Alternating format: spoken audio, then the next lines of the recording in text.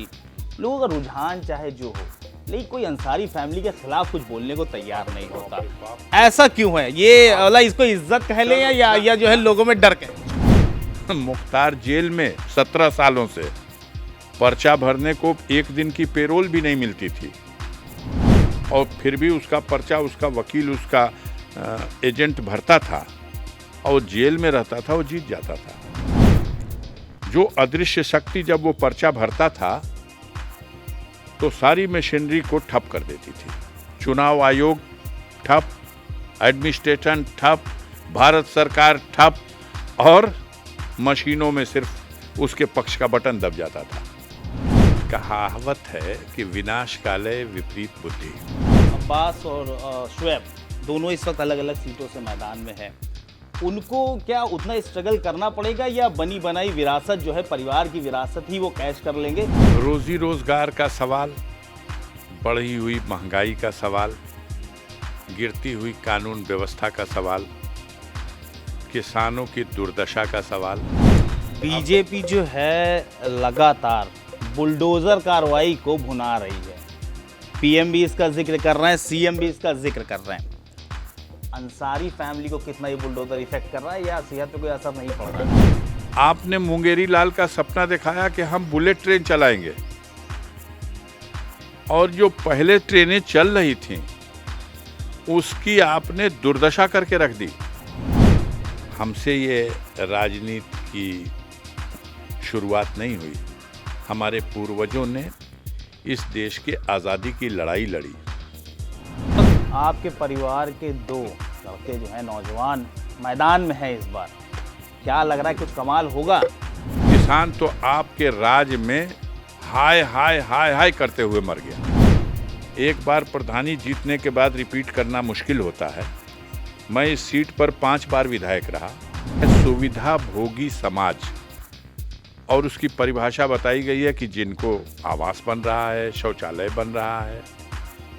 पहले भी आवास बनते रहे, पहले भी राशन बढ़ता रहा, पहले राशन की दुकानों से मिट्टी का तेल, किरासन तेल मिलता रहा, चीनी मिलती रही। आपने उन चीजों को बंद किया कि हम तुम्हारी गरीबी का उपहास उड़ा रहे हैं। 5 किलो और 10 किलो अनाज से गरीब अपना परिवार पाल सकता है। इस सीट पर 2 बार लोकसभा के चुनाव में मनोज सिन्हा से मेरा मुकाबला हो चुका। पहली बार 2004 में 2,27,000 वोटों से हराया था उनको। गाजीपुर की जनता ने 1.25 लाख वोटों के अंतर से मनोज सिन्हा को हराया है और अफजाल अंसारी को अपना प्रतिनिधि चुनकर भेजा। किसान ने पैदा किया अनाज, वो अनाज तौन केंद्र पे खरीदे नहीं गए। किसानों की इन्हीं दिक्कतों को दूर करने के लिए वो किसान बिल लेकर आ रहे थे, उसके बाद वो किसानों को समझ में नहीं आया और बिल वापस हो गया। तो आपकी नज़र में जो बिल मोदी सरकार लेकर आ रही थी वो कहाँ स्टैंड कर रहा है? पार्लियामेंट्री स्टैंडिंग कमेटी एग्रीकल्चर की मैं उसका मेंबर हूँ, तो मुझसे ज़्यादा और बढ़िया ढंग से इसको कोई नहीं जानता। पहले दिन से किसानों ने इसे काले कानून की संज्ञा दी।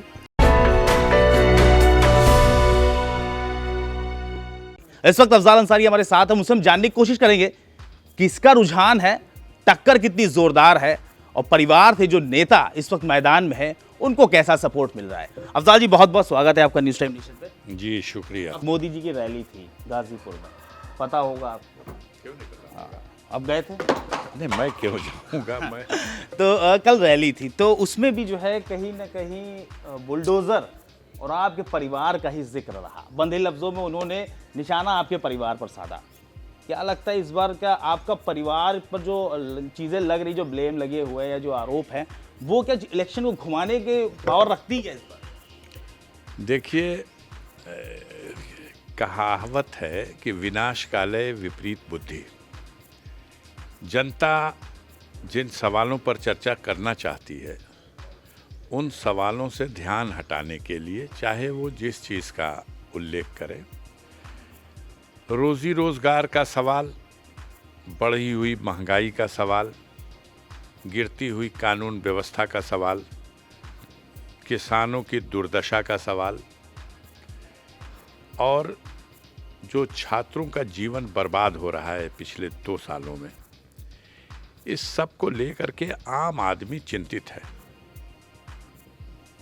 अब उन सवालों का तो जवाब आप दे नहीं पा रहे हैं। विकास आपने कुछ नहीं किया। आप आए थे तो आपने कहा था कि मेरा सपना है कि हवाई चप्पल पहन के सड़क पर चलने वाला गरीब आदमी भी हवाई जहाज में उड़े। आज इस सवाल पे चर्चा नहीं हो रही, क्योंकि वो हवाई चप्पल पहन के सड़क पर चलने वाला गरीब आदमी ठगा गया। आज वो देख रहा है कि एयर इंडिया तो मोदी जी ने बेच दिया। आपने मुंगेरी लाल का सपना दिखाया कि हम बुलेट ट्रेन चलाएंगे, और जो पहले ट्रेनें चल रही थीं उसकी आपने दुर्दशा करके रख दी। रेल के किराए दोगुने हो गए, सुविधाएं समाप्त, न खिड़कियों पे पर्दा है, न बिछाने को चादर, न ओढ़ने को कंबल। आपने 3 रुपए का प्लेटफॉर्म टिकट पहले 10 किया, फिर 30 किया और अब 50 रुपए कर दिया। आपने कहा था खुशहाली के दिन आएंगे, किसानों की आमदनी दोगुना हो जाएगी। किसान तो आपके राज में हाय हाय हाय हाय करते हुए मर गया। अच्छा, अब सरकार ये दावा कर रही है भाई किसान सम्मान निधि खातों में जा रही है, राशन बंट रहा है, इस वक्त गरीबों को मुफ्त में राशन दिया जा रहा है, महीने में 2 बार भी दिया जा रहा है। ऐसा नहीं लग रहा कि ये जो है इफेक्ट कर सकता है इस बार इलेक्शन में, प्लस मार्किंग हो सकती है बीजेपी को लेके? तो आप इसे किस नजरिए से देखते हैं? देखिए, हमारे मीडिया के साथियों ने या सरकार में बैठे हुए लोगों की जो भी मिली भगत हो, एक नया नाम जन्म दिया गया है, सुविधा भोगी समाज। और उसकी परिभाषा बताई गई है कि जिनको आवास बन रहा है, शौचालय बन रहा है, पहले भी आवास बनते रहे, पहले भी राशन बंटता रहा, पहले राशन की दुकानों से मिट्टी का तेल, किरासन तेल मिलता रहा, चीनी मिलती रही। आपने उन चीजों को बंद किया, और फिर अब आप जब चुनाव नजदीक आ गया, वोट लेना है आपको, तो आपने उसी को फिर खैरात के रूप में देना शुरू किया। खैरात इसलिए कहना पड़ रहा कि जब आप गिनाओगे कि देखो हम राशन दे रहे हैं, इसका मतलब कि आप दिखा रहे हो कि हम तुम्हारी गरीबी का उपहास उड़ा रहे हैं। 5 किलो और 10 किलो अनाज से गरीब अपना परिवार पाल सकता है। उसके बीमार माँ बाप को दवा कौन देगा? उसके बच्चे को पढ़ाई की फीस कौन देगा? रोजी रोजगार धंधा खत्म हो चुका है। किसान ने पैदा किया अनाज, वो अनाज तौन केंद्र पे खरीदे नहीं गए, बिचौलियों को आगे करके उनसे औने पौने दाम पर किसानों की पैदावार खरीद ली गई। महंगाई चरम सीमा पर। जो 80 रुपए 90 रुपए सरसों का तेल था, वो आज 200 सवा 200 रुपए लीटर। कहीं ना कहीं सरकार का कहना था कि किसानों की इन्हीं दिक्कतों को दूर करने के लिए वो किसान बिल लेकर आ रहे थे, उसके बाद वो किसानों को समझ में नहीं आया और बिल वापस हो गया। तो आपकी नज़र में जो बिल मोदी सरकार लेकर आ रही थी वो कहाँ स्टैंड कर रहा था? भाई देखिए, एक संजोग है या इत्तेफाक है, पार्लियामेंट्री स्टैंडिंग कमेटी एग्रीकल्चर की मैं उसका मेंबर हूँ, तो मुझसे ज़्यादा और बढ़िया ढंग से इसको कोई नहीं जानता। पहले दिन से किसानों ने इसे काले कानून की संज्ञा दी। हाँ, मोदी जी कारपोरेट घरानों को खुश करने के लिए अडानी और अंबानी को, जिनको पहले ही उन्होंने ज़मीनें औने पौने दामों में आवंटित की थी और बैंकों से बड़े पैमाने पर ऋण भी दिया गया था कि आप वेयर हाउस बना लो और इस देश में सब कुछ, सारी संपदा पर इन कारपोरेट घरानों का तो कब्जा हो गया। अगर देश में कुछ आज़ाद और आज़ादी की ज़िंदगी जीने वाला कोई है तो वो किसान है। अब हम इनकी भी गुलामी का प्रबंध कर दे रहे हैं। ये 3 कानून ऐसा बना देंगे कि किसानों की गर्दन का रस्सी का फंदा तुम्हारे हाथ में होगा। किसान इसे समझ गया, आंदोलन हुआ, अपने आप को मिटा लेंगे या इस कानून को मिटा देंगे। इस वक्त आपके परिवार के 2 लड़के जो हैं नौजवान मैदान में हैं इस बार, क्या लग रहा है कुछ कमाल होगा? यार, अपने परिवार के नौजवान बच्चों के लिए मैं दुआ दे सकता हूं, शुभकामना दे सकता हूं। दोनों चुनाव मैदान में हैं, दोनों के क्षेत्र में आप घूम लो, जनता से पूछ लो। अब वो घड़ी है जब मीडिया के साथी सरकार के कामकाज की या किसी उम्मीदवार के जीत हार के लिए कोई नंबर नहीं दे सकता। अब काफ़ी जांच रही है जनता। आपका क्या सपोर्ट है अपने भतीजों को लेकर? मेरी दुआ है उनके साथ। मैं बीमार था पिछले 15 जनवरी से 14 जनवरी से, और मेदांता हॉस्पिटल में मैं भर्ती रहा। एक सप्ताह मैं आईसीयू में रहा। अब मैं स्वस्थ होकर घर आ गया हूँ, लेकिन इतना स्वस्थ नहीं हूँ कि मैं कहीं प्रचार में जा सकूँ किसी के। अच्छा, अभी दोनों जो है अब्बास और शुएब दोनों इस वक्त अलग अलग सीटों से मैदान में है। उनको क्या उतना स्ट्रगल करना पड़ेगा, या बनी बनाई विरासत जो है, परिवार की विरासत ही वो कैश कर लेंगे, या है स्ट्रगल जो है? अब रणनीति बदल चुकी है। जिस ज़माने में आपने सियासत शुरू की थी वो ज़माना अलग है, आज का ज़माना अलग, काफ़ी चीज़ तब्दीलियाँ आ चुकी हैं। तो उनको करियर शुरू करने में कितनी दिक्कतें आने वाली, या बनी बनाई विरासत को सिर्फ आगे बढ़ाना है? लीक लगी हुई है। गांव की भाषा में कहा जाता है लीक, ट्रैक बना हुआ है और चलने का हुनर उन्हें मालूम है। मेरे परिवार का एक बेटा उमर कई साल पहले आप ही के जैसे एक पत्रकार के सवाल के जवाब में उसने कहा था कि मछली के बच्चे को तैरना नहीं सिखाया जाता, वो खुद तैरना जानता है। हमसे ये राजनीति की शुरुआत नहीं हुई। हमारे पूर्वजों ने इस देश के आज़ादी की लड़ाई लड़ी।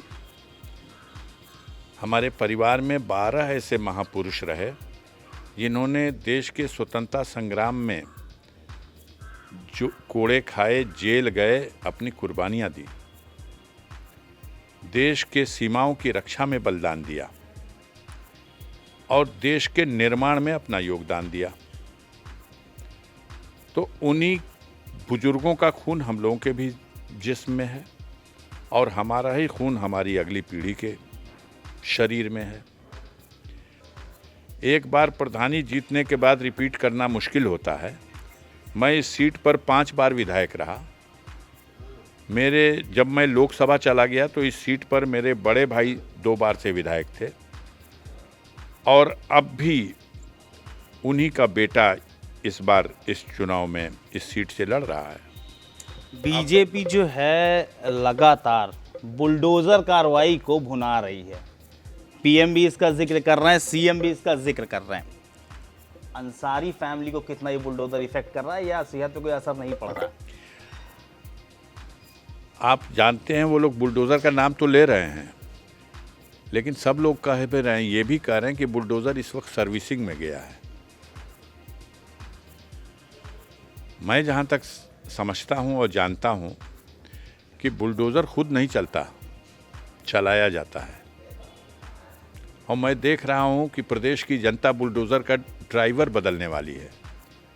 चिंता वो लोग करें कि सर्विसिंग में लेके जाने वाला ड्राइवर दूसरा था, उधर से वापस उसको सर्विसिंग करा के लेके आने वाला ड्राइवर कहीं दूसरा ना हो जाए। बाकी बुलडोज़र जो अपना काम करता है वो तो करता ही है। इस एरिया में, ये मेरा लास्ट क्वेश्चन है, इस एरिया में कई लोगों से हमने बात की, लोगों से राय जानने की कोशिश की। लोगों का रुझान चाहे जो हो, लेकिन कोई अंसारी फैमिली के खिलाफ कुछ बोलने को तैयार नहीं होता।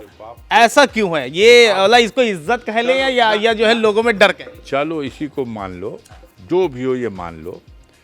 प्रधानमंत्री 3 बार आता है अपने चहेते को जिताने के लिए, मनोज सिन्हा को, और गाजीपुर की जनता उनको खारिज कर देती है। इस सीट पर 2 बार लोकसभा के चुनाव में मनोज सिन्हा से मेरा मुकाबला हो चुका। पहली बार 2004 में 2,27,000 वोटों से हराया था उनको, और इस बार भी बहुत लहर थी मोदी की।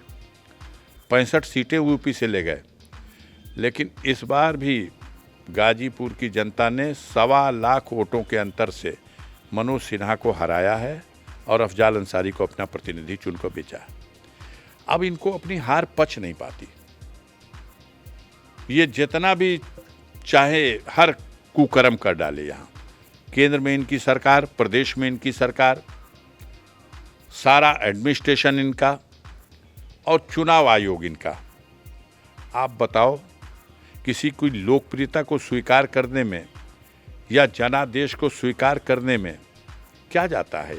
यह तो लोकतंत्र की एक मान्यता है कि जनता के आदेश को स्वीकार करो, लेकिन ये जनता का जनादेश पचा नहीं पा रहे हैं। और आप भी उन्हीं की भाषा बोलते हैं, लोग कुछ बोल नहीं पाते। मुख्तार जेल में 17 सालों से पर्चा भरने को एक दिन की पेरोल भी नहीं मिलती थी, और फिर भी उसका पर्चा उसका वकील उसका एजेंट भरता था और जेल में रहता था, वो जीत जाता था। तो कोई अदृश्य शक्ति है, जो अदृश्य शक्ति जब वो पर्चा भरता था तो सारी मशीनरी को ठप कर देती थी। चुनाव आयोग ठप, एडमिनिस्ट्रेशन ठप, भारत सरकार ठप, और मशीनों में सिर्फ उसके पक्ष का बटन दब जाता था। ये तो कोई अदृश्य शक्ति कर सकती है, और अगर जनता करती है तो आप मानोगे नहीं। नहीं, हम मान रहे। ये थे अफजाल अंसारी, ये मुख्तार अंसारी के बड़े भाई हैं। इस परिवार से इस बार 2 कैंडिडेट हैं जो अलग अलग सीट से सपा की झंडा बरदारी पर मैदान में है, और पूरी तरह से किसी भी हाल में वो जीत दर्ज कराना चाहते हैं। बुलडोजर की कार्रवाई चल रही, पीएम मोदी भी उसका जिक्र कर रहे हैं, सीएम योगी भी इसका जिक्र कर रहे हैं, पूरी बीजेपी उस पूरी कार्रवाई को भुनाने में लगी हुई है, लेकिन कहीं ना कहीं अंसारी फैमिली पर उन चीज़ों का कोई असर नहीं पड़ रहा। अब ये लोगों का समर्थन, ये लोगों की मोहब्बत, या यूं कह लें ये वोट बैंक कितना कैश हो पाता है, ये तो आने वाला वक्त बताएगा। कैमरा पर्सन इरफान आरिफ और सहयोगी बबलू सलाउद्दीन के साथ मैं मोहम्मद आसिफ दुलार, news time nation, Ghazipur. Subscribe करें आपका अपना चैनल न्यूज़ टाइम नेशन, और हर खबर सबसे पहले पाने के लिए बेल आइकॉन जरूर दबाएं। और हाँ, खबरें पसंद आ जाएं तो लाइक और शेयर करना ना भूलें।